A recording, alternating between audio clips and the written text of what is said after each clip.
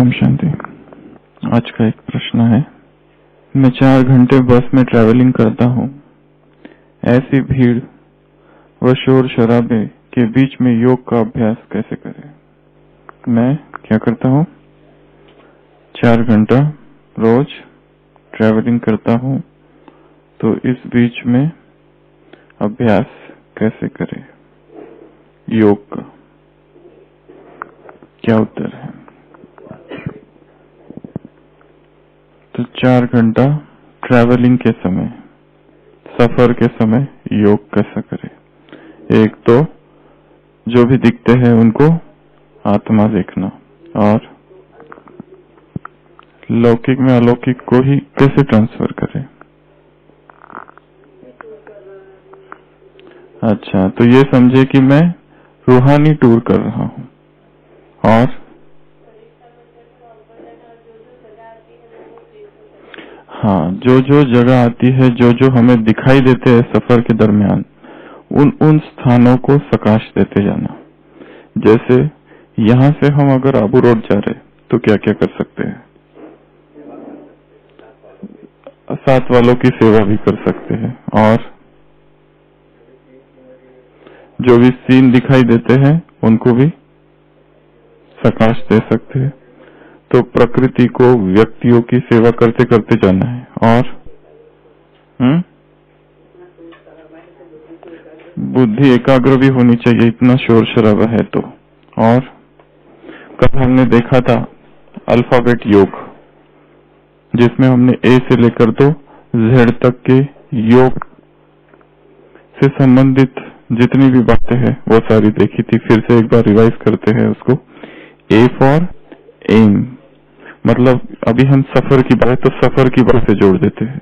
जैसे यहाँ से आबू रोड जाना है तो हम क्या लक्ष्य लेकर जाए? पहले तो एक लक्ष्य हो, जैसे अमृत वेले भी एक लक्ष्य हो, ए फॉर एम।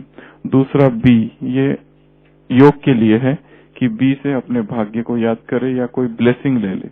जैसे कहीं पर भी जाना है तो एक वरदान ले ले और उसी वरदान का चिंतन करते हुए जाए फिर 1 घंटा। जैसे एक वरदान है बी फॉर ब्लेसिंग, कौन सा भी वरदान हम ले सकते हैं? सफलता मूर्त भव, तो मैं सफल हूँ, उस सफलता का वरदान, उस सफलता के ऊपर चिंतन करते करते जाएंगे। पवित्रता का वरदान, पवित्रता पवित्र भव, तो पवित्रता है तो सुख शांति है, तो वो सुख और वो शांति मेरे पास है।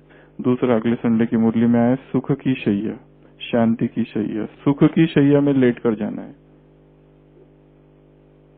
मैं जैसे सुख की शैया कहाँ लेटा हूँ? लोग धक्के मार रहे हैं या जो भी है, परंतु ये समझना है कि मैं सुख की शैया पर लेटा हूँ। तीसरा है कन्वर्सेशन, सी फॉर कन्वर्सेशन। योग में एक नया कन्वर्सेशन, एक नया वार्तालाप बाबा के साथ। तो ये सफर में भी यही कर सकते हैं कि सफर कर रहे हैं, साथ में हमारा आंतरिक वार्तालाप चल रहा है बाबा के साथ। डी फॉर ड्रेस, अभी नीचे जाना है तो कौन सा ड्रेस पहन के जाए? अभी चॉइस कर सकते हैं। जैसे कहीं जाते हैं तो अलमारी खोलते हैं ना, बहुत सारे ड्रेस है। अभी एक फरिश्ते का लटका हुआ है, एक ब्राह्मण का लटका हुआ है, व्हाइट वाला ब्रह्मा कुमार वाला, और तीसरा लटका है, फरिश्ते का लटका हुआ है अदृश्य तो सतियों की ड्रेस है, कोई भी ले लो। तो अलमारी खोलो और रूहानी अलमारी जो है उसको खोल के उसमें जितने ड्रेस टंगे हुए हैं, कोई भी एक ड्रेस पहनकर फिर नीचे एंट्री करनी है। वो बस में, चाहे फ्लाइट, चाहे बस, या तो चाहे ट्रेन, या और भी कोई, इसमें भी 4 व्हीलर, सेकंड 2 व्हीलर, क्या है, कैसा है? Air condition, non air condition, कैसा है? बहुत भीड़ वाले हैं, अकेले हैं, बीच की सीट है, बाहर की सीट है, खड़े हैं, जगह नहीं है, कहीं पर भी हो। फिर एनर्जी, एक नई ऊर्जा भर ले जाने से पहले। नहीं तो ऐसा होता है कि ट्रैवलिंग से थकान होती है।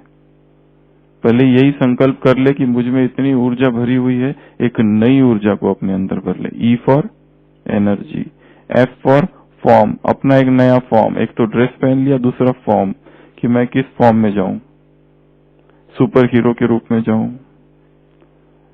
सुपरमैन के रूप में, फ्लाइंग एंजल के रूप में, कोई भी एक रूप ले ले अपना कोई भी रूप, तो नया फॉर्म ले लेना है। फिर है जी, नया मार्गदर्शन। ये तो योग के लिए है कि योग में बैठने से पहले कि ये संकल्प करे जी फॉर गाइडेंस, कि बाबा से मुझे नया मार्गदर्शन लेना है। एच फॉर हिम्मत और होप, कि नई आशा और नई हिम्मत।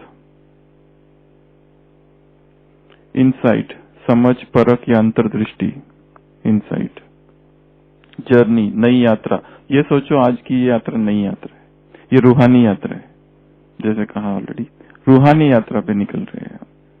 फिर कैसे किरदार, अपने पार्ट को देखना है। जैसे मैं अभी ये आत्मा अभी ट्रेवल कर रही हूँ, वैसे मैं आत्मा ने इतना लंबा ट्रेवल किया है, 5000 साल का। वहां से यात्रा चालू हुई और अब तक एक शरीर छोड़ा दूसरा, दूसरा छोड़ा तीसरा, कितने शरीर छोड़े, कभी स्त्री कभी पुरुष, कभी इधर से उधर, उधर से उधर। ये सारी मेरी यात्रा है और अब मैं आत्मा यहाँ हूँ और ये भी यात्रा चालू है अभी। बस में बैठ के, ट्रेन में बैठ के, फ्लाइट में बैठ के, जहां पर भी कर रहे हो। या दूसरा है मैं किंगडम में जा रहा हूँ। कहाँ जा रहा हूँ? नीचे। वहां पे मेरा किंगडम है, वहां पे मेरा बहुत बड़ा राज्य है, वहां पे मैं एंट्री करूंगा। अभी मैं कैसे एंट्री करूंगा? 2 नंबर, 6 नंबर, किस गेट से एंट्री करूंगा?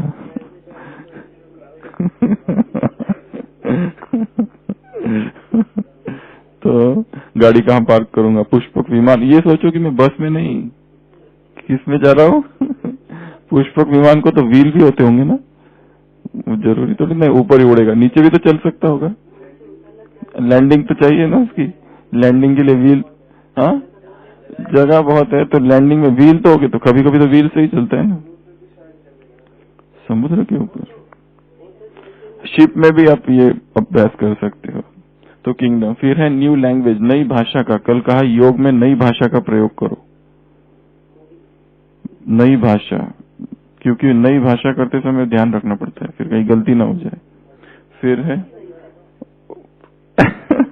फिर मेकअप। हाँ, बाबा तक भाषाएं पहुंचती नहीं है, बाबा तक वाइब्रेशंस पहुंचते हैं।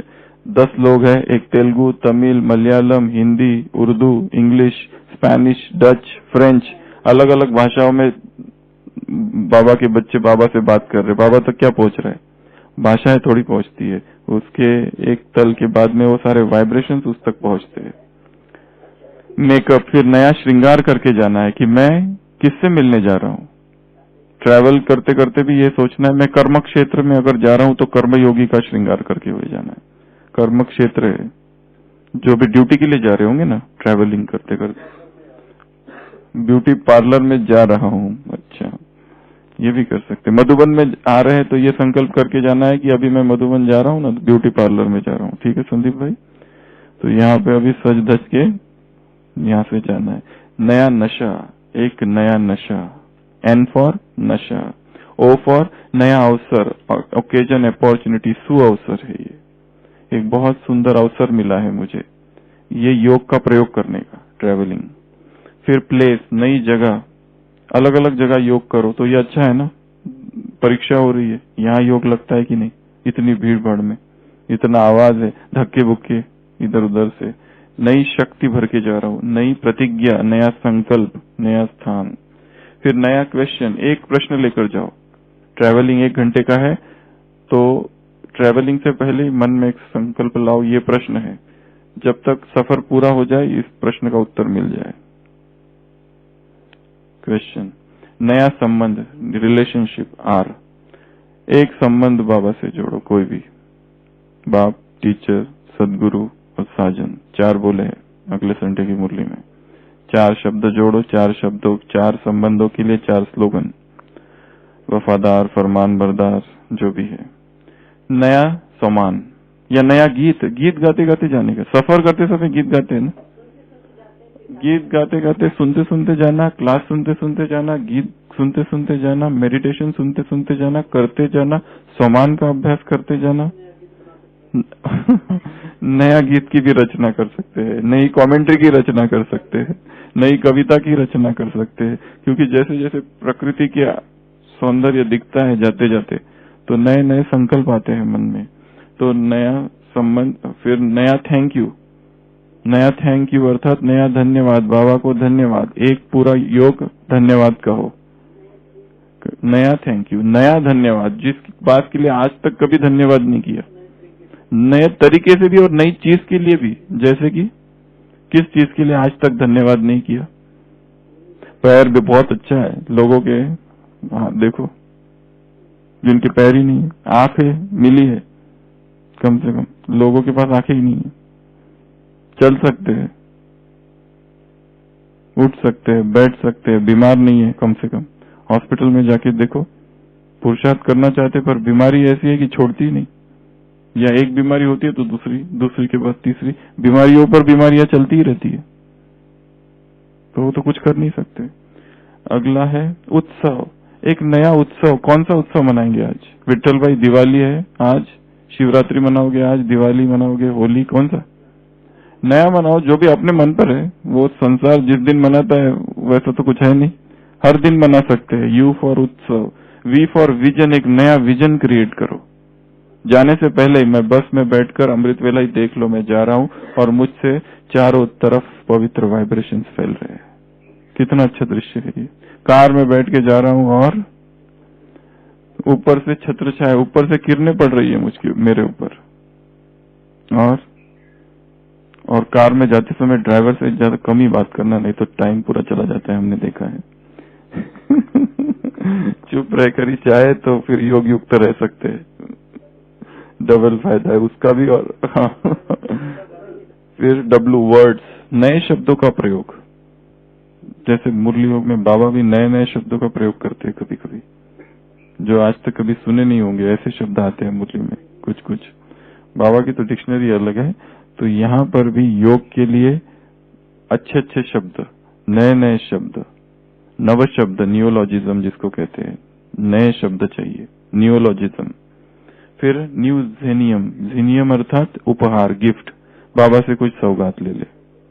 फिर न्यू योगी लाइफ, ये संकल्प करे कि ये नया योगी जीवन है तो क्या, अगर नया योगी जीवन है तो नए संकल्प, सब कुछ नया चाहिए। और अंतिम है जेड, झील, झील अर्थात उमंग। तो हमने ये वर्णमाला योग इसका नाम दिया है, इसको कहा है अल्फाबेट योगा। अल्फाबेट योगा में से हम पहले तो अभी अगले एक हफ्ते तक ये सारा याद कर ले, सभी किस शब्द से क्या आता है। पहले थोड़ा सा मेहनत करनी पड़ेगी, बिना याद किए फिर आगे का अगला हफ्ता हो थोड़ा आसान हो जाएगा, पर पहला हफ्ता बहुत मेहनत करनी पड़ेगी। रोज अमृत वेले या फिर जब भी योग में बैठते ए से लेकर जेड तक सारे शब्द रिवाइज कर ले, कर सकते हैं वो बाद में। पहले ये फर्स्ट स्टेप होती है पाठांतर। बच्चा जो होता है ना, उसको शब्द वो बोलना नहीं सीखेगा, पहले एबीसीडी उसको पता चाहिए। एबीसीडी पता नहीं और चले वाक्य बोलने, पहले लर्न एबीसीडी। और यहाँ तो एबीसीडी वास्तव में एबीसीडी है। ई का पार्ट पहले पक्का चाहिए। तो प्रश्न था कि ट्रैवलिंग करता हूँ 4 घंटा तो क्या करूँ? तो उसमें योग के भिन्न भिन्न अभ्यास करे, क्लास, अगर ये नहीं होता है तो क्लास सुने, कमेंट्री सुने, नहीं होता है तो, अगर कुछ भी नहीं होता है तो वो नींद करने का भी समय है। अच्छी नींद भी आ जाए, थोड़ा अगर स्थान अगर मिल जाए तो क्या कर ले, नींद कर ले थोड़ी अच्छी। अगला प्रश्न है 12वां। मुझे हिस्ट्री के टीचर ने पूछा कि पिरामिड की आयु 7500 वर्ष है, आप कल्प की आयु 5000 वर्ष है, आपके कल्प की आयु 5000 वर्ष है और सतयुग त्रेता में आपके सोने के महल होंगे, पिरामिड तो पत्थर के है, इसका क्या रहस्य है? यहाँ बात केवल पिरामिड की नहीं है, ये प्रश्न बहुत सारे तलों पर पूछा जा सकता है। धरती की आयु इतनी है, पिरामिड की आयु इतनी है, डायनासोर इतने इतने साल पहले हुए, या फिर ये जो पत्थर की आयु इतनी है, सागर की आयु इतनी है, सूर्य की आयु, ये सब, इन सब के पीछे जो मेन जो चीज है वो है कार्बन डेटिंग। तो सबसे पहले कार्बन डेटिंग को समझना बहुत जरूरी है। सारी आयु जो निकाली गई है, कहां से निकाली गई है? कार्बन डेटिंग एक मेथड है, या रेडियो आइसोटोप कार्बन डेटिंग जिसको कहते हैं, रेडियो कार्बन 14 डेटिंग जिसको कहते हैं। डॉक्टर लीबी करके एक व्यक्ति था, जिसने यूनिवर्सिटी ऑफ शिकागो में ये सबसे पहले कार्बन डेटिंग के सिद्धांत 1948 में प्रेजेंट किए थे। What is this carbon dating? इसको समझना बहुत जरूरी है, क्योंकि ये सारी जो आयु निकाली गई है कार्बन डेटिंग से निकाली गई है। उसी के आधार पर कहते हैं कि तुम कहते हो कल्प 5000 साल का है और यहाँ डायनासोर की उम्र तो बहुत बड़ी है। उसके जो अवशेष, उसके जो ये मिले हैं, उससे तो पता चलता है बहुत पहले थे। तुम कहते हो ये, पर मिस्र की सभ्यता, भारत की सभ्यता, या जो भी मेसोपोटामिया की सभ्यता, ये तो बहुत पुरानी है। फिर 5000 साल कहाँ से लाया तुमने? ये तो एकदम गलत है। जबकि मोहिंजोदारो और हड़प्पा से जो भी अवशेष मिले हैं, उससे तो पता चलता है बहुत पुराने थे वो। तो what is carbon dating? Carbon dating से ही मेथड से निकाले गए, और इस कार्बन डेटिंग मेथड में कुछ दोष है। उस दोष के वजह से ये जो मेथड है और वो जितने फिगर निकाले गए वो सब गलत प्रूव होते हैं। सबसे पहले तो वातावरण में, पर्यावरण में कार्बन डाइऑक्साइड जो हम कहते हैं वो है। अब कार्बन डाइऑक्साइड के जैसा ही कार्बन डाइऑक्साइड का एटॉमिक मास यूनिट जो है कार्बन का वो 12 है, पर एक दूसरा प्रकार भी होता है उसमें, जिसमें एटॉमिक मास यूनिट जिसका 14 होता है। तो 2 कार्बन हो गए, कार्बन 12 और कार्बन 14। तो मैक्सिमम कार्बन 12 होता है और कार्बन 14 भी होता है। कार्बन 14 जो है C14, वो थोड़ा सा अपर लेवल में बनता है radio isotopes, radio active radiations की वजह से। अभी कोई भी चीज का एक हाफ लाइफ होता है, जैसे कि ये किताब है या फिर ये मोबाइल है। अगर मैं कहूं कि इस मोबाइल का हाफ लाइफ 5 वर्ष है, तो 5 वर्ष अर्थात कि आज अगर ये यहाँ है तो 5 वर्ष के बाद इसका जो वजन है आज 5 किलो है, तो वो 5 वर्ष के बाद में आधा हो जाएगा। इसको कहते हैं हाफ लाइफ। तो कार्बन का हाफ लाइफ जो है इट इज 5780 राउंड 5780 ईयर्स, 5000 ये निकाला गया है। मतलब कार्बन आज अगर यहाँ है तो 5780 साल के बाद वो कार्बन जो है वो आधा हो जाएगा, पतन जिसको कहते हैं डिके, उसका डिके हो जाएगा। अभी ये सिद्धांत कैसे निकाला गया कि अभी मुझे इसकी आयु पता करनी है। ये जो झाड़ है खड़ा यहाँ पर, कोई बहुत पुरातन झाड़ है, जैसे पांडव वन में कोई झाड़ है, अगर ये लोग आ गया साइंटिस्ट तो उसकी आयु निकालेंगे। आयु से पता चलेगा कि ये झाड़ जो है वो 3000 साल पुराना है। कैसे किया उन्होंने? तो जैसे कहा कि झाड़ जो है वो कार्बन डाइऑक्साइड को ले लेते हैं, और झाड़, प्लांट्स, ये सब हम खाते हैं, तो हमारे शरीर में भी वो कार्बन डाइऑक्साइड तो रहता है। अभी कार्बन डाइऑक्साइड निकलता रहता है। अगर इस कार्बन डाइऑक्साइड डेथ के बाद में उसके निकलने की जो प्रोसेस है C14, मेन C14 पर ही काम हुआ है सारा, C12 पर नहीं। C14 का जो है उनका कहना था कि C14 जो है उसका हाफ लाइफ है, और वो अगर हाफ लाइफ का उसका कैलकुलेशन किया जाए, जैसे कोई झाड़ 5000 साल 1000 साल पहले का आज अगर पता चला दिख रहा है, तो यहाँ आज कितना उसमें से उस झाड़ से C14 निकल रहा है, उस आधार से हम पीछे पीछे जा जाके वो अज्यूम कर सकते हैं कि कितना साल वो पुराना हो सकता है। इस तरह से रफली कुछ एस्टिमेट है उसकी। पर तो इसी आधार से ये जो रेशो निकालते हैं उसका C14 और C12 का, उस आधार से वो आयु उसकी डिसाइड करते हैं लगभग कितनी आयु होगी। उसी आधार से उन्हें ये जो पिरामिड जो बने हैं, सबसे ज्यादा मिस्र में है, इजिप्ट में ये पिरामिड है, जीजा नाम का पिरामिड है, वो सबसे बड़ा है जो आज भी है। तो ये जो पिरामिड्स है वो किस लिए बनाए गए थे? वहां बहुत पुराने, मिस्र की सभ्यता बहुत पुरानी है, जितनी भारत की सभ्यता पुरानी है, सिंधु घाटी सभ्यता उतनी ही पुरानी मिस्र की भी है। तो ये जो सभ्यता इतनी पुरानी है, वहां की जो राजाएं थे, राजा फेरो जिसको कहते थे, वो जब मर जाते थे तो उनके जो शव है, डेड बॉडीज जिसको मम्मी कहते हैं, उनको उस पिरामिड में रखा जाता है। और पिरामिड कैसा होता है? ऐसा त्रिकोण, ऊपर से पॉइंट एक होता है, नीचे रेक्टेंगल भी हो सकता है, क्वाड्रेंगल भी हो सकता है, 3 कोण भी हो सकते हैं, 4 कोण भी हो सकते हैं। वो जो पिरामिड बने हुए हैं तो वो डेड बॉडी को रखने के लिए बनाए थे। और आश्चर्य है कि इतनी पर्यावरण में इतना बदल हुआ पर उनमें कोई बदल नहीं हुआ, वो वैसे के वैसे ही है बहुत सारे। तो वो तो वहां कोई टेक्नोलॉजी शून्य का जगत था, फिर भी वो कैसे बनाया, ये आश्चर्य है। पर हमारी यहाँ बात है कि ये भाई पूछ रहे हैं कि पिरामिड की आयु कोई कहते हैं कि, पर ये तो बहुत कम है, इतनी नहीं कहते हैं, वो इससे भी ज्यादा कहते हैं। ईसा के पूर्व 2000 साल 3000 साल, यहाँ तक फिगर्स बताए हुए हैं। अब अगर हमारे सृष्टि चक्र में जाए तो ये पिरामिड सतयुग में बनने चाहिए, और वो कह रहे हैं कि तुम कहते हो सतयुग में महल सोने के थे, ये कहाँ से बने? एक्चुअली सतयुग त्रेता में ये नहीं बने हैं, ये सारे जो बने हैं द्वापर से बने हुए हैं। अब वापस हम आते हैं कार्बन डेटिंग के मेथड में। कार्बन डेटिंग में मेथड में कुछ दोष है, 4-5 दोष। सबसे पहला दोष तो ये है कार्बन डेटिंग के मेथड में कि ये C14 का फॉर्मेशन, डॉक्टर लीबी ने कहा था, अज्यूम किया था, एक पूर्वानुमान किया था कि ये C14 जो बन रहा है वो फिक्स्ड है, परंतु अभी देखा गया है कि वो फिक्स्ड नहीं है। C14 जो बन रहा है, C14 जो बन रहा है उसमें बहुत सारी चीजें हैं, जैसे इंडस्ट्रीज आ गई है, वो उसमें ऐड करिए। 1950s में न्यूक्लियर टेस्टिंग हुआ है, उसके वजह से बहुत सारा एडिशन वहां से हुआ है, तो वो सेम कैसे बन सकता है? एक दूसरा, C14 जो डिके हो रहा है, हम जो कह रहे हैं ना हाफ लाइफ जिसको कहते हैं, कि आज अगर 5 किलो किसी के वजन है तो 5 साल के बाद में वो 2.5 किलो हो जाता है, इतना उसका टाइम लगता है। तो ये जो डिके है, इसका भी पतन जो है, वो जो पीरियड है जो 5780 साल बोला है, ये भी फिक्स नहीं है, परंतु डॉक्टर लीबे ने अज्यूम किया था कि ये फिक्स्ड है, उस आधार से उसने सारा कुछ किया। तो डिके का पीरियड फिक्स नहीं है, उसका जो फॉर्मेशन है उसका पीरियड फिक्स नहीं है। फिर उसने कहा था कि C14 और C12 का जो रेशियो है वो भी फिक्स्ड है, परंतु अभी जो पता चला है उससे ये पता चल रहा है कि वो रेशियो फिक्स नहीं है।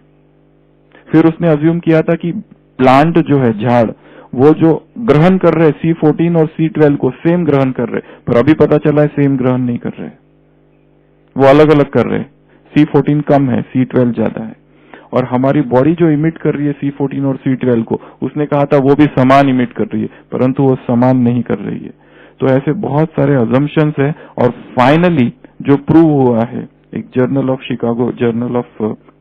शिकागो में जो एक स्टडी पब्लिश हुई थी, उसमें कहा गया, एक डॉक्टर ली करके है, 1981 में फाइनल उसने कहा कि ये जो मेथड है कार्बन डेटिंग की, बहुत सारी त्रुटियों से भरी है। 5 तो हमने अभी बताई, ये 5 दोष उसमें है। इस आधार से फाइनल उसने कहा कि कार्बन डेटिंग की मेथड से जो भी फिगर आते हैं वो और बताए जा रहे हैं, उतने नहीं है जितने हैं, जितनी एज है थोड़ी ज्यादा बताई जा रही है, और ये सही है। उसने फिगर दिया 3000 और 3500 ईयर्स तक ही सत्य है बस। मतलब कार्बन डेटिंग मेथड से जितना कुछ पता चल रहा है वो केवल 3000 और 3500 वर्ष तक का ही पता चल सकता है, उसके पहले अगर कोई चीज है तो वो पता नहीं चल सकती, ओवर एस्टिमेट हो रहा है। जो बता रहे वो डायनासोर अरब खरब वर्ष हो गए उसको, दिस इज रॉन्ग।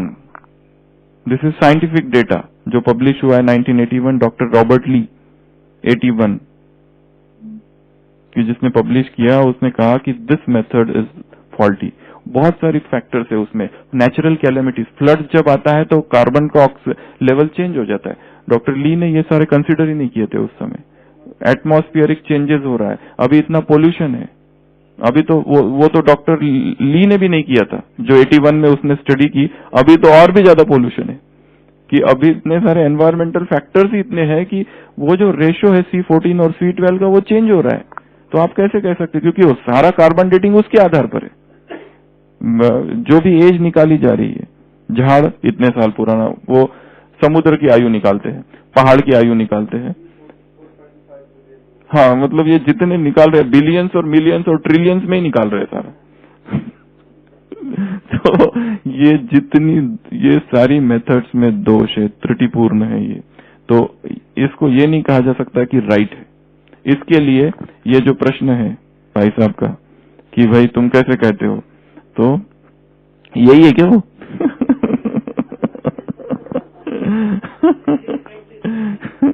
तो ये सारा आपको अगर इसको बारे में और ज्यादा जानकारी चाहिए, हम पिरामिड की चर्चा इधर मैंने ज्यादा नहीं की। वैसे पिरामिड एक बहुत बड़ा सब्जेक्ट है, किसी और क्लास में केवल पिरामिड की चर्चा करेंगे। पिरामिड्स कैसे बने, क्यों बने, क्या उसके पीछे राज है, और कैसे कैसे वो अभी उसकी क्या हालत है, और उसमें किस प्रकार का वायुमंडल होता है अंदर बैठते ही। जैसे बेंगलोर में हम गए थे एक बार, वहां पर एक पिरामिड है, देखा है किसी ने बेंगलोर का पिरामिड? हाँ, बेंगलोर का पिरामिड जाते ही एकदम शांति का अनुभव होता है। कौन से वाइब्रेशन से उसमें पता नहीं, एकदम वहां पर जाके मेडिटेशन करते। कौन सी जगह है वो नागराज? कनकपुरा। हाँ, हमें वो 2-3 भाई लेके गए थे कभी, हम तो बहुत साल हो गए। साइंटिफिक रीजंस उसके बहुत सारे पिरामिड्स के। तो पिरामिड जो भी बने हैं सब द्वापर से बने हैं, क्योंकि देवी देवता पिरामिड नहीं बनाते थे। उनको क्या करना है पिरामिड बनाकर, वो क्यों अपनी डेड बॉडीज। यहाँ तो ये जो थे मिस्र के राजाओं के प्रति इतना प्यार था, इतना प्यार था कि राजाओं के शरीरों को वहां रखते थे, यहाँ तक कि दास दासियों को भी साथ में दफनाए दिया जाता है उनकी सेवा के लिए। क्योंकि आत्मा का तो ज्ञान है नहीं, तो उनकी सेवा कौन करेगा? दास दासी। जिस नौकर ने सारी उम्र राजा की सेवा की, मरने के बाद उस राजा की कौन करेगा सेवा? तो उसके साथ ही दास दासी, यहाँ तक कि भोजन, यहाँ तक कि खाना, यहाँ तक कि कपड़े अच्छे अच्छे, वो भी सारा दफनाया जाता था, वहां रखा जाता था। हाँ, जिंदा जिंदा जिंदा ही ये सारा। दोबारा आत्मा का तो कॉन्सेप्ट था नहीं, जिंदा होंगे। तो ये जो है कि पिरामिड तो पिरामिड की आयु फाइनल जो कार्बन डेटिंग का डॉक्टर ली ने कहा है कि 3000 और 3500 बस। तो हम ये कह सकते हैं द्वापर से, उसने तो 3000, मैं तो कहूंगा 2500 बस, अकॉर्डिंग टू आवर साइकिल। द्वापर के बाद ही सारा चालू हुआ है। अगला प्रश्न, हमारा बेटा 12वीं में है, दिन भर मोबाइल में लगा रहता है, पढ़ाई पर भी ध्यान नहीं देता, हम बहुत परेशान है, किसी की भी नहीं सुनता, जो मन में आता है वही करता, हम 5 साल से ज्ञान में, हम क्या करें? बोलो, जो माता है वो बताएंगी। ये माताओं का ज्यादा प्रश्न है। बच्चा है, सारे दिन भर मोबाइल में सारी दुनिया भर की हिंदी इंग्लिश सारी मूवीज डाल के रखी है, 24 घंटे लगा रहता है। मूवीज नहीं तो गेम्स, और गेम्स नहीं तो बहुत सारी चीजें, व्हाट्सएप, सोशल मीडिया, कुछ ना कुछ करते रहता है, उसी में लगा रहता है। माताओं की तरफ से कोई उत्तर? सुधा माता क्या करे और राजकुमार भाई क्या करके जाए? मोबाइल पे लगे हुए हैं। राहुल भाई, विनय भाई, सागर भाई, सबसे पहले तो यहाँ क्या कह रहे हैं कि ये मोबाइल पे लगा रहता है, उसको अगर जबरदस्ती करेंगे तो और ज्यादा करेगा वो। सबसे पहले तो जबरदस्ती नहीं करनी है, क्या करना है? उसका इंटरेस्ट दूसरी चीजों में बढ़ाना है। एक तो ये पहले उसको समझाना है, उससे क्या क्या होता है, उसके साइड इफेक्ट सब कुछ बताना है, उसको क्लियर बताना है। ऐसे नहीं कि उसको जबरदस्ती करो कि ये तुम क्यों करते रहते हो, वो तुम क्यों करते रहते हो, ये नहीं, उसको समझाना है। एक तो ये। दूसरा, हो सके तो उसका स्मार्टफोन है उसको सादे मोबाइल में कन्वर्ट कर दो, जिसमें कोई एप्स नहीं है, जो सिंपल सा मोबाइल है। वो नहीं मानेगा, अच्छा ठीक है। अब एक तो ये। दूसरा, अच्छा दूसरा और क्या कर सकते हैं? हाँ, तो उसको वही फायदे और नुकसान के बारे में क्लियर कट समझाना है, ये मोबाइल से ये होता है, ये होता है। और उसका इंटरेस्ट जो है किसी और चीज में क्रिएट कराना है। जैसा अभी उसको इसमें इंटरेस्ट है ना, तो उसको वास्तविक लाइफ क्या है, रियलिटी क्या है, उसमें इंटरेस्ट क्रिएट कराना है, उसको समझाना है। उसको ज्यादा ये भी नहीं करना है कि देखो, कंपैरिजन भी नहीं, परंतु हाँ, उसको नए इंटरेस्ट, नई हॉबीज क्रिएट करानी है। कुछ रिलीजियस एक्टिविटीज में उसको इन्वॉल्व करना है। वो रिलीजियस एक्टिविटी कुछ भी हो सकती है, या उसको अनाथालय या हॉस्पिटल में जीवन क्या है, जीवन का सत्य क्या है। क्योंकि मोबाइल में जीना अर्थात वो एक नए दुनिया में जीता है, वो अपनी एक काल्पनिक भ्रमित कल्पना के जीवन में जीता है। एक व्यक्ति केवल मूवीज ही देखता रहता है, उसको लगता है मूवीज में जो हो रहा है ना, ये जो प्यार मोहब्बत इश्क और ये सारा जो दिखा रहे यही सत्य है, परंतु जीवन वो नहीं है। जीवन कुछ और है, जीवन की वास्तविकता कुछ और है। वो एक दिखावा नाटक मात्र है। वो जो एक्टर्स और वो सारे, उनका भी जीवन जाके देखो, वो कुछ और है वास्तविक जीवन में। वो नहीं है जो दिखा रहे हैं। उसके पीछे कितने सारे डायरेक्टर और ये वो क्या बहुत सारे लोग हैं, पर वो उसको लगता है बस यही जीवन है, इसमें जो दिखा रहा है ना, बस ये ऐसा ही, मैं भी ऐसा ही करूं। उसको लगता है मुझे भी ऐसा ही करना चाहिए कुछ। तो वो एक भ्रम है, भ्रम का जीवन जीता है वो। अच्छा, मोबाइल में इंटरेस्ट है तो क्यों इंटरेस्ट है उसको मोबाइल में? जरूर उसको कुछ मिल रहा है वहां से, कुछ प्राप्ति है, कुछ सुख है, कुछ प्राप्ति है, कुछ उसका टाइम उसमें जा रहा है। उसको समझाना है कैसे पढ़ाई का नुकसान हो रहा है। हाँ, बेटा जरा मोबाइल से मुझे मुरली सुना दे, आज मैं सुन नहीं सकती। आज मुझे बोलते तो वो किसी भी माने युक्ति से उसका मोबाइल में ही मोबाइल वरदान भी हो सकता है। अभिशाप है तो वरदान भी तो है। उसमें सारा ज्ञान का अगर उसको ज्ञान में स्पिरिचुअल मोबाइल बना दे तो स्पिरिचुअल इंस्ट्रूमेंट बन जाएगा, वो स्पिरिचुअल साधन बन जाएगा वो। हाँ उसके एप्स। हाँ मतलब हाँ दूसरा और एक चीज, एक टाइम फिक्स कर ले 8 बजे के बाद में बंद, रात में नहीं, 8 से सुबह 8 बजे तक नहीं मिलेगा, दिन भर यूज करो। फर्स्ट नंबर आएगा तो यही नाम देंगे, बड़ा वाला देंगे। तो कुछ भी मतलब उसका पढ़ाई में इंटरेस्ट क्रिएट करना। 2 पार्ट है इस प्रश्न के, एक तो मोबाइल, दूसरा पढ़ाई में इंटरेस्ट क्रिएट करना। एक चित्र बहुत अच्छा था 1997 का और 2017 का। उसमें एक पहला चित्र था जिसमें मम्मी जो है वो बेटे का कान पकड़ के उसके घर पे ला रही है, सारे दिन भर बाहर खेलता रहता है, चल अंदर घर पे। अब अभी 2017 का है, वो मोबाइल पे लगा हुआ है, सब दिन घर पे बैठा रहता है, चल बाहर, तो वो तब भी बाहर उसमें लगा हुआ है, उसका कान खींचकर बाहर लेके जा रही, चल बाहर खेल। तो ये युग परिवर्तन हुआ है इस तरह से कि मोबाइल ही जैसे सब कुछ हो चुका है, जीवन बन गया है। तो उसको डांटना नहीं है, उसको समझाना है, युक्ति से उसका ध्यान वहां से हटाना है। हाँ, और दूसरी एक बात, हर एक आत्मा का पार्ट अपना है। ये मत समझो कि जो मेरे घर में जन्म लिया है वो महायोगी और महातपस्वी बनेगा।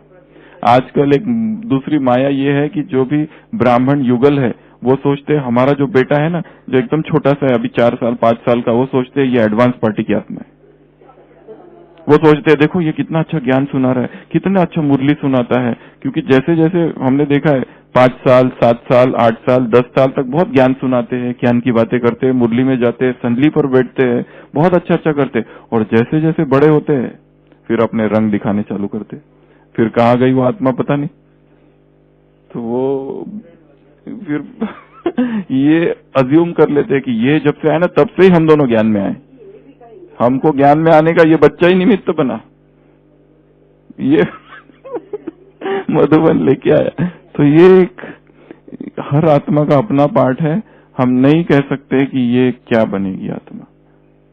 खलील जिब्रान की कविता है, your children are not your children but they are gift from God. वो पूरा लिखता है माँ बाप को कि तुम्हारे बेटे को अपना बेटा नहीं समझो, वो उपहार है, उसका अपना जीवन है, वो अपने तरीके से उसको बड़े होने दो, जबरदस्ती नहीं करो उसके साथ कुछ भी। वो जो बीज है जो उसको होना है वही होगा, तुम केवल उसका खाद दो, पानी दो, जो देना है दो, पर जबरदस्ती नहीं कर सकते। जो बीज लेकर आया है वो बीज वही होगा, वही बनेगा। इसके लिए यहाँ और एक चीज चाहिए, डिटैचमेंट। बहुत ज्यादा अगर अटैचमेंट है तो दुख होगा, अटैचमेंट जितना ज्यादा दुख उतना ज्यादा, डायरेक्टली प्रोपोर्शनल। इसके लिए डिटैचमेंट चाहिए यहाँ बीच बीच में। हाँ, बाबा को बच्चा बनाने से इस बेटे का आकर्षण बड़ा बड़ा कठोर पुरुषार्थ है, ये तो मेहनत का पुरुषार्थ है, पर हो सकता है, परंतु बहुत पुरुषार्थ चाहिए उसमें, सब नहीं कर सकेंगे। हाँ, तो उसको भी योग में बिठाना, अच्छा उसको सकाश देना थोड़ा, रोज सुबह भोजन पर काम करना। अभी अगला अंतिम प्रश्न है सुशील भाई, इसका जो उत्तर आया है वो लिख के भेजा है ना, ये 90 नंबर का PDF फाइल, वो पढ़ो। मैं प्रश्न पढ़ रहा हूँ, आप उत्तर पढ़ो। लिखा है प्रश्न बहुत ही बड़ा है और बाबा ने ऐसे बहुत सारी चीजें जिनके उत्तर दिए नहीं है ये, और हमें नहीं लगता कि इन प्रश्नों के उत्तर पाने के बाद भी कोई अध्यात्म में उन्नति होने वाली है। इनका सीधा स्पिरिचुअल प्रोग्रेस और पुरुषार्थ से कोई संबंध नहीं है, ये बौद्धिक विलास है, इंटेलेक्चुअल पास टाइम्स जिसको कहते हैं। तो ये प्रश्न है, मृत्यु कैसे होती है, अर्थात आत्मा शरीर से अलग कैसे होती है, जो वापस शरीर में प्रवेश नहीं कर सकती या उस रथ को ऑपरेट नहीं कर पाती। आत्मा जब शरीर से अलग होती है तो कैसे अपनी एनर्जी समेटती है, जैसे कि विवेकानंद की कहीं बातों में जाना कि वह सिर से लेके पांव के तले तक आत्मा घूमती है या मूव करती है, फिर बॉडी से अलग होती है, फिर जब आत्मा शरीर से निकल जाती है तब से लेके 12-13 दिन तक क्या महसूस होता है, कैसे दिन निकालते हैं, इस 13 दिन की विधि से क्या होता है और वह कहाँ रहती है, अर्थात कुछ ऑरा या कोई सूक्ष्म शरत बनती है कि वह जिससे दूर जा न सके। फिर कैसे यह तय होता है अगला जन्म किस तरह वह आत्मा के सूक्ष्म शरीर और स्थूल शरीर में प्रवेश कर फिर घर में खुद बन करके नए शरीर से टच होती है, हमें साइंटिफिक व्यू से जानना है जिससे लॉजिक हो डिटेल के साथ। 13th डे फिल्म है वो देखे। एक तो दूसरी जैसे आत्मा जब मृत्यु का समय आता है तब आत्मा संपूर्ण शरीर से डिटैच हो जाती है, संपूर्ण रीति से शरीर से अलग हो जाती है। जैसे ये शरीर और शरीर के ऑर्गन्स एक तरफ और आत्मा एकदम अलग, जब बस अब निकलने ही वाली है यहाँ से। और जैसे ब्रह्मा बाबा के जीवन में बताया, वो देखा ना उनको, उनके अंकल को, चाचा को, कि कैसे यहाँ आत्मा थी, फिर पूरे पैरों के तले तक आत्मा के अंगूठे तक, और फिर पूरी ऊर्जा वापस यहाँ आई और फिर आत्मा निकल गई। तो है तो ऐसा ही कि आत्मा जो है अपनी पूरी एनर्जी ऊर्जा को समेटकर एक पहले तो सारे शरीर में फैलती और फिर वापस भ्रुकुटी के मध्य में आती है सारी ऊर्जा, और फिर वहां से निकल जाती है। और साथ में सूक्ष्म शरीर है क्या? वाइब्रेशंस। हमारे सैकड़ों सूक्ष्म शरीर है, कोई एक सूक्ष्म शरीर नहीं है, हजारों लाखों करोड़ों सूक्ष्म शरीर, इतने सारे सूक्ष्म शरीर। परंतु इस जन्म का जो, उस समय का जो सूक्ष्म शरीर है, वो एक सूक्ष्म शरीर उसके साथ वहां से निकलकर, और क्योंकि आत्मा इतनी अटैच होती है ना, वो शरीर संबंध तो वहीं आसपास रहती है, शायद घूमती होगी उस मित्र संबंधी। जैसे 13th डे मूवी है, उसमें दिखाता है कि वो उसको कितना अटैचमेंट था अपने परिवार के साथ, बस जब निकलता है तो देखता है देखो ये लोग कैसे खुश हो रहे हैं, मैं तो व्यर्थ में ही दुख कर रहा हूं इनके लिए, मुझे कितना अटैचमेंट था इन सब की वजह से। तो हमको लगता है बहुत ये सब हमको बहुत प्यार करते हैं, वो तो बाद में पता चलता है निकलने के बाद। इसके लिए तो कहा ये भी अभ्यास करते रहो, अपनी ही स्मशान यात्रा, अपनी ही चिता को जलते हुए देखना और लोगों की बातें सुनना। फिर विट्ठल भाई वहां पर क्या कर रहे हैं, क्या कह रहे हैं? चला गया। कोई कह रहा है अच्छा हुआ धरती का बोझ कम हुआ, कोई कह रहा है कब तक रुकना है, भूख लग रही है, चलो जल्दी। फिर कोई कह रहा है भोग बना, कौन गया, किसको तो पता ही नहीं हम गए। वो तो उसने भोग देखा हलवा, तब पता चला कोई गया क्या। तो कोई कुछ कह रहा है, कोई कुछ कह रहा है। हम सोचते थे हम सोचते हम इररिप्लेसेबल है, हमको कोई रिप्लेस नहीं कर सकता, ये डिपार्टमेंट मेरे वजह से चल रहा है। और हम जाने के बाद पता चला हम ही बाधा थे, देखो दूसरा आया तो कितनी उन्नति हो रही है। तो बहुत सारी चीजें हैं। हाँ, वो देखो झगड़ा और क्या क्या हो रहा है, हम गए क्या, हमारे मोबाइल के लिए भी झगड़े हो रहे हैं, कपड़े क्या हो रहा है नीचे, अरे। तो ये तो आत्मा संपूर्ण डिटैच हो जाती है। इसके लिए आत्मा किस स्थिति में जाती है, शरीर को छोड़ती है, वो बहुत जरूरी है।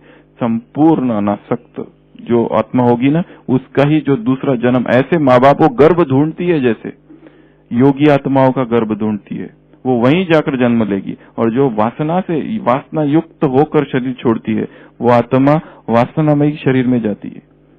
वैसे माँ बाप जो वासना युक्त है, वो उन्हीं के गर्भ में वो आत्मा जाएगी।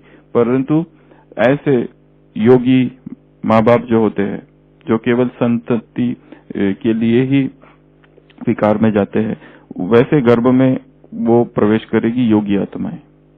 तो कैसी स्थिति है, तो आत्मा जब निकलती है तो सूक्ष्म शरीर को लेकर जाती है और नए गर्भ में स्थापित होती है, और वहां पर फिर से नया सूक्ष्म शरीर निर्माण होता है। और इस सूक्ष्म शरीर जो पहला था, उसकी बहुत सारी चीजें, जो पावरफुल चीजें, वाइब्रेशंस, यादें कहो, याददाश्त कहो, वो तो साथ में लेके जाती है, और फिर नया जीवन चालू होता है वहां से। तो ये एक प्रोसेस है। और क्या पूछा इन्होंने, वो साइंटिफिक प्रैक्टिकल, मतलब कितना दिन घूमती रहती है। अभी वो 13 दिन का बात है, परंतु बाबा ने कही है कि हमको पता नहीं। बहन जी ने कुछ उत्तर लिखा है, पर डायरेक्ट उत्तर तो नहीं है उसमें। इस बारे में, प्रश्न के बारे में वास्तव में बाबा ने तो कुछ जिक्र किया नहीं है। फिर भी बहन जी ने लिखकर भेजा एक, मृत्यु जब पार्ट के साथ हिसाब किताब पूरा हो जाए, स्थूल कारण कोई भी बने, जैसे घर में हवा, पानी, रोशनी पर्याप्त नहीं मिलती, तब प्राय लोग ऐसा मकान छोड़ देते हैं। ठीक इसी प्रकार शरीर के पार्ट भी कार्य करना बंद करते हैं और आत्मा शरीर से निकल जाती, उसके कारण उसका पार्ट पूरा होता है। नेक्स्ट एग्जांपल है, जैसे कोई फैक्ट्री बिजली से चलती है तो वह हर पार्ट को चलाती है, पर स्विच को ऑफ करने पर हर पार्ट से बिजली खींचती नहीं है, सप्लाई बंद कर देती है। ऐसे ही रोशनी को पूरे रूप से बल्ब खींचता नहीं है, पर ऑफ होने पर पूरे रूम से प्रकाश चला जाता है। जैसे ड्राइवर को गाड़ी का पिछला पहिया चलाने के लिए पीछे नहीं जाना पड़ता, पर उसके पास ऐसा सिस्टम है कि एक जगह बैठकर पूरी गाड़ी पर नियंत्रण रखता है। इसी प्रकार आत्मा के शरीर से निकलने पर उसके पावर का प्रवाह बंद हो जाता है। नेक्स्ट एग्जांपल है, कोई भी आत्मा जब अचानक चाहे किसी कारण से शरीर छोड़ती है तो अपने परिवार के साथ शरीर को जल्दी नहीं भूल पाती, इसलिए वह शरीर के साथ घर के आसपास ही चक्कर लगाती रहती है। इसलिए जो बच्चे पुनर्जन्म की बात करते हैं उनकी मौत स्वाभाविक नहीं हुई होती है। जैसे कई बार अचानक घर से जाने के बाद कई कार्य अधूरे होने के कारण जहां गए होते हैं वहां से मन यही लगा रहता है। जो गहरी बीमारी या बुढ़ापे या परिवार की अवहेलना में शरीर छोड़कर जाते हैं वे लोग कभी पुनर्जन्म की बात नहीं करते। आत्मा के लिए दिन रात तो कोई मायने नहीं, पर लाइट के शरीर में तो अवश्य रहता है। आत्मा के हिसाब किताब किससे है? आत्मा को तो पता ही है, शरीर में रहने के कारण भूल जाती है। इसके दो उदाहरण हैं। एक परमात्मा का अवतरण कब और कैसे। इस किताब में एक समाचार है कि एक पीर की आत्मा मनमोहन नाम के लड़के में प्रवेश करती है जो बदला लेना चाहती थी। 1000 वर्ष बाद बदला ले रही है और अरब जैसे काफी दूर से आई है। दूसरा अविनाशी ड्रामा की किताब में एक व्यक्ति हॉस्पिटल में डॉक्टर द्वारा मौत हो गई कहने पर कई 100 किलोमीटर दूर अपनी पत्नी के पास किसी पार्टी में पहुंच जाता है। देखने, पहचानने, ना पहुंचने की स्पीड शरीर से निकलने पर बढ़ जाती है। तो ये उत्तर है इसके। और कोई उत्तर किसी का भी जिसने मृत्यु के तुरंत कोई अनुभव किया तो बता दो, या कोई करने वाला तो वो भी बता दो। हाँ, मृत्यु तो हमने काफी देखी है। हजारों आत्माओं को शरीर छोड़ते देखा है, हजारों से भी ज्यादा इतने सालों में। परंतु वैसे तो कोई दिखाई नहीं देता है, ऊपर से तो कुछ भी नहीं दिखाई देता है। Most of the time patient ventilator पे होता है या कभी सडन डेथ भी होती है। कई बार तो ऐसे बार हमारे पास ऐसे पेशेंट आते हैं ब्रॉड डेड लेकर, थोड़ी सी सांसें चलती होती है कभी कभी, फिर उसको रिससिटेट करते हैं हम, सीपीआर करते हैं, सब कुछ करते हैं, उसके बाद में भी वो नहीं रह पाती। कभी कभी ऐसा भी हुआ, एक पेशेंट का हमने देखा कि ऑलमोस्ट फ्लैट लाइन आ गई थी, उसको सीपीआर किया, रिससिटेट किया, 1 घंटा तक चला, 1 घंटे के बाद वापस रिदम आ गया और रिदम आने के बाद में वो पेशेंट रहा 24 घंटे, फिर गया। वैसे ही हमारी बिंदु माता थी इधर पांडव भवन में। बिंदु माता का सीपीआर किया, सब कुछ किया, ऑलमोस्ट जा चुकी थी, सब कुछ किया, उसके बाद में रिदम आ गया और वो ठीक भी थी 1-2 दिन, वो भी, पर एक अजीब सी अवस्था थी उनकी वो 2 दिन, और फिर शरीर छोड़ दिया। तो ऐसे भी बहुत सारी आत्माओं को हमने देखा, और कुछ आत्माओं को जैसे पता ही रहता है कि मैं जाने वाली हूँ। जैसे मॉरिशस की एक माता आई थी, उसने पहले मॉरिशस में अपने बेटे को कह दिया था कि मैं मधुबन जा रही हूँ, वापस नहीं आऊंगी। यहाँ आई और क्या हुआ पता ही नहीं चला, बेहोश हो गई, यहीं थी ना, वो यहाँ से लेके आए, फिर वो वेंटिलेटर पे थी, 7 दिन तक चला और फिर शरीर छोड़ दी। कई सारी आत्माएं, तो बहुत सारी आत्माओं को थोड़ा उनको मतलब वो पूर्वाभास हो जाता है कि हम जाने वाले।